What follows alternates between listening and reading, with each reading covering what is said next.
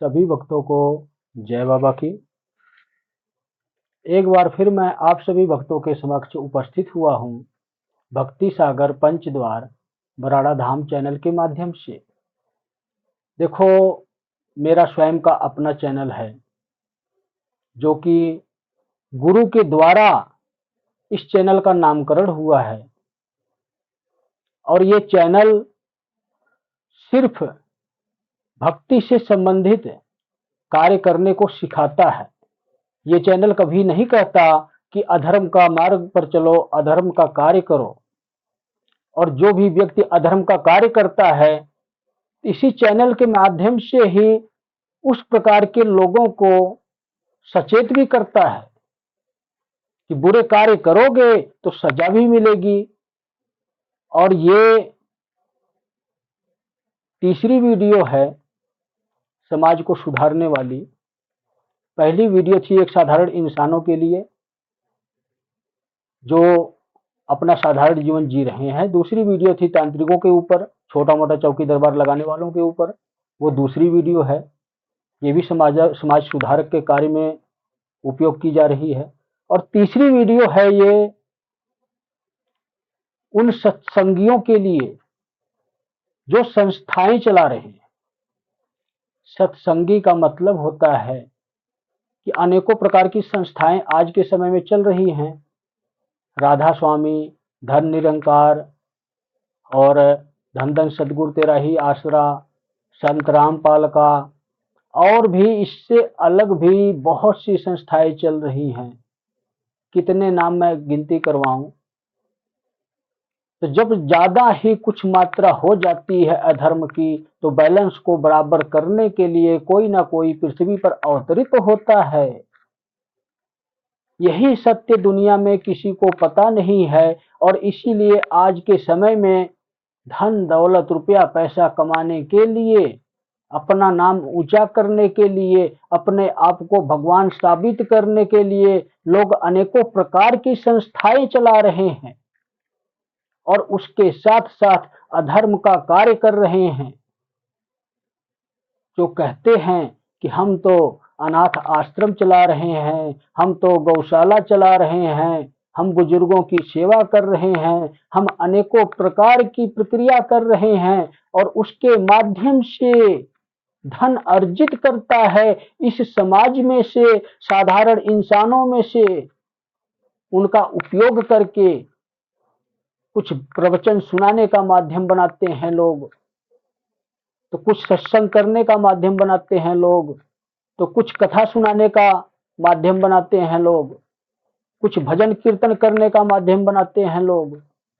अनेकों प्रक्रिया से सिर्फ आप लोगों से धन अर्जित करने के लिए और अपनी संस्था को बढ़ाने के लिए सिर्फ यही कार्य करते हैं वो लोग। सिर्फ उन्हीं लोगों के लिए ये वीडियो जारी हो रही है। मैं थोड़ा सा संकेत स्वरूप में आपको दर्शाना चाहता हूं कि जिस प्रकार से अनिरुद्धाचार्य कथा सुनाते हैं, जिस प्रकार से देवकी नंदन जी कथा सुनाते हैं, जिस प्रकार से प्रेमानंद जी पाखंड को बढ़ावा देते हैं, वो मैं इसलिए पाखंड कह रहा हूं कि राधा की भक्ति कभी भी श्रेष्ठ भक्ति नहीं हो सकती। जो अवतारी पुरुष होता है उसी की श्रेष्ठ भक्ति होती है। और जब अवतारी पुरुष आते हैं तो अवतारी शक्ति भी अवतरित होती है और अवतारी शक्ति उस अवतार को अवश्य प्राप्त होती है।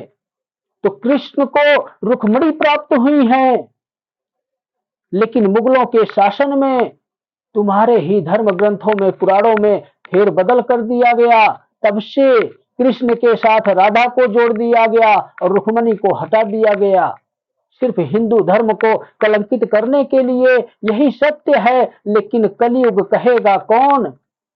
जब आप सत्य के मार्ग पर चलोगे तो कलयुग कहेगा कौन? इसीलिए कलयुग कहते हैं, और कलयुग में अधर्म ही करोगे। इस प्रकार के कथा कहने वालों के लिए और पाखंड को बढ़ावा देने वालों की, क्योंकि कृष्ण के जितने भी भक्त हैं किसी की भक्ति संपूर्ण नहीं हो रही है, क्योंकि कृष्ण की भक्ति ही अधूरी की जा रही है। रुक्मणी की जगह राधा को लगाया जा रहा है, आपसे पाप कर्म करवाया जा रहा है, और ये मुस्लिम समाज करवा रहा है। तो सत्य यही है, ये एक संदेश ही है आप लोगों के लिए कि जब तक कलयुग चल रहा है तब तक आप कृष्ण की भक्ति करते हो तो कृष्ण के साथ रुक्मणी को लगाएं।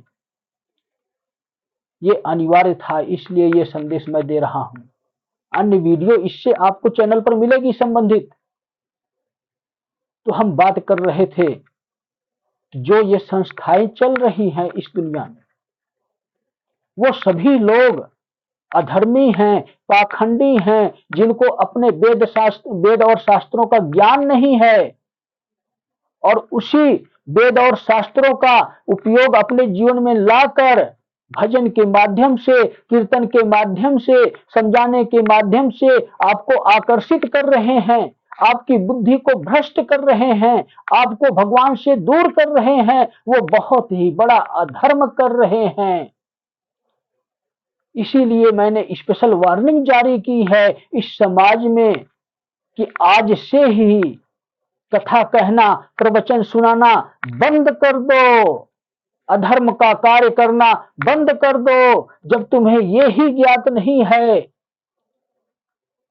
हम स्वयं हैं कौन, जब तुम्हें ही पहचान नहीं है कि तुम्हारी आत्मा है कौन, तो तुम ज्ञान कहां से सही दोगे? तुम तो अपने स्वार्थ के लिए धन अर्जित कर रहे हो। तो उन सभी पाखंडियों के लिए, चाहे संत रामपाल का सतलोक हो, चाहे धन निरंकार हो, चाहे राधा स्वामी हो, चाहे धन धन सदगुरु तेरा ही आसरा हो, चाहे अन्य किसी भी प्रकार की कोई संस्था हो, सबको वार्निंग है ये, सबको चेतावनी है ये कि 6 महीने का समय आप लोगों को भी मिल रहा है।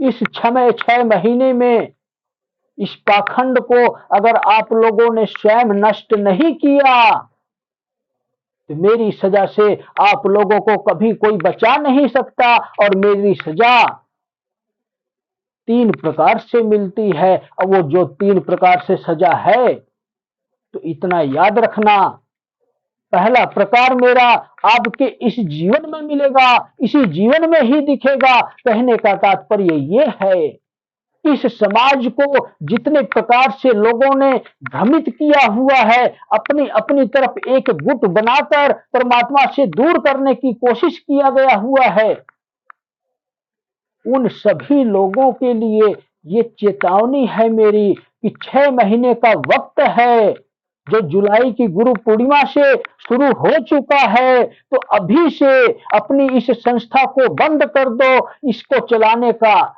जरा भी आपको परमिशन नहीं है। इस शिव युग में, इस दुनिया में अगर धर्म की कोई संस्थाएं चलेंगी तो वो सिर्फ है श्रेष्ठ धर्म, जो धर्मात्मा पुरुषों के नाम से विख्यात हुआ। जिस प्रकार से हिंदू, मुस्लिम, सिख, ईसाई, जैन, बौद्ध अनेकों धर्म हैं इस दुनिया में, सिर्फ इन्हीं संस्थाओं को परमिशन मिलती है। हमारे सत्य सनातन धर्म में जिसकी हम संस्था चला सकते हैं, हम इंसान चला सकते हैं, लेकिन उसके भी कुछ नियम होते हैं, शिव युग के नियम होते हैं। लेकिन हम बात कर रहे थे कि जो ये छोटी मोटी संस्थाएं चल रही हैं, ये तो ना तो कोई जाति है, ना तो कोई धर्म है, सिर्फ अपने समाज को विकसित करने के लिए, अधर्म के मार्ग पर चलाने के लिए, ताकि वो परमात्मा से दूर हो सके और स्वयं इसी पृथ्वी पर रहकर भटकते रहें, कभी भी उनको मुक्ति ना मिले, कभी भी उनका ये जीवन अगले जन्म तक ना पहुंचे। कहने का तात्पर्य ये है कि अगर आपकी कोई इच्छाएं की पूर्ति नहीं हुई है तो आपको अवसर मिलता है नवे जन्म में, अगले जन्म में उन इच्छाओं को पूर्ण कर सको। तो जब आप ही स्वयं की भक्ति नहीं करोगे, इन पाखंडियों के पास जाओगे, और जो ये पाखंडी हैं, जो ये संस्था चला रहे हैं छोटी छोटी, जब वो स्वयं कुछ करके राजी नहीं है तो आपके जीवन में कहां से वो सुख मिलेगा, कहां से वो सुविधा मिलेगी, कहां से आपको मुक्ति मिलेगी। आप तो इसी जन्म में ही प्रेत आत्मा आत्मा की श्रेणी में प्रवेश करोगे। आपका तो जन्म ही नहीं होगा, आपको तो अवसर ही नहीं मिलेगा नवे जन्म का। छोटी छोटी संस्थाएं जितनी भी हैं, इस प्रकार के लोग बहुत ही बड़ा पाखंड फैला रहे हैं। उस दिव्य शक्ति से, उस दिव्य आत्मा को दूर करने की कोशिश कर रहे हैं, इसलिए उनको स्पेशल सजा सुनाई गई है कि 3 प्रक्रिया से ही उनको सजा देनी है। पहली प्रक्रिया है, जो इस पाखंड को बंद नहीं करेगा, जो अपनी संस्था को बंद नहीं करेगा, तो उसको तो तड़फा तड़फा कर पूरे शिव युग तक मृत्यु नहीं दी जाएगी कि अपने किए हुए कर्मों की सजा भी भुगतो। और देखो दुनिया में किस प्रकार से लोगों को सजा मिल रही है। और दूसरी प्रक्रिया जो मेरी होती है वो 3 माध्यम से पूरी होती है। इसीलिए मैं कहता हूं कि बुरे कर्म करने वालों को जब मैं सजा देता हूं तो मैं भूल जाता हूं कि मैं भगवान हूं, क्योंकि मेरा स्वरूप ही जब भगवान का नहीं है, जब मेरा स्वरूप ही एक शिवगढ़ का है, एक राक्षस का है, एक काल पुरुष का है, तो मेरे अंदर दया भाव नहीं रहती है। जब दया भाव नहीं रहता है तो मैं स्वयं ही सजा देता हूं। और सजा मेरी 4 दिशाओं में जिस प्रकार से हमारी एनर्जी घूम घूम कर चलती है, मतलब इस पृथ्वी की 4 दिशाओं में ही हम घूम फिर कर रहते हैं, तो इसी प्रकार से ही जन्म तो 4 दूंगा इस शिव युग में, लेकिन इसी 4 जन्म के उपरांत ही सजा इतनी देता हूं, इतना तड़फाता हूं, इतना तड़फाता हूं कि लेकिन मौत देना मैं स्वयं भूल जाता हूं। याद तो मुझे आता है, लेकिन उस वक्त तड़फा कर तुम्हें वापस आ जाता हूं जब मुझे ये याद आता है कि नहीं, इसको मौत दे देनी चाहिए थी। तो कहने का तात्पर्य आप लोग समझ गए होंगे, सजा भी जानबूझकर ही बढ़ाता हूं, क्योंकि मैं हूं ही राक्षस। शिव युग में शिव ने शिवगढ़ को इस पृथ्वी पर भेज दिया है। इस कलयुग में अधर्म करने वाले को बिल्कुल भी माफी ना दी जाए, बिल्कुल भी उसकी सजा को माफ नहीं किया जाए।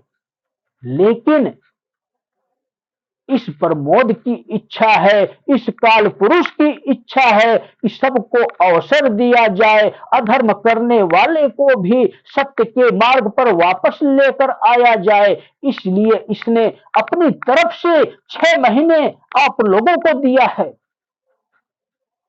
कि 6 महीने के अंदर अंदर वापस आ गए, स्वयं की भक्ति पर और इन बुरे कर्मों का त्याग कर दिए, इस दरबार लगाने की प्रक्रिया को त्याग कर दिए, या सत्संग प्रवचन सुनाने की प्रक्रिया का त्याग कर दिए, इस संस्था को बंद कर दिए, तो आपको 70% तक आपके बुरे कर्मों को माफ करता हूं मैं।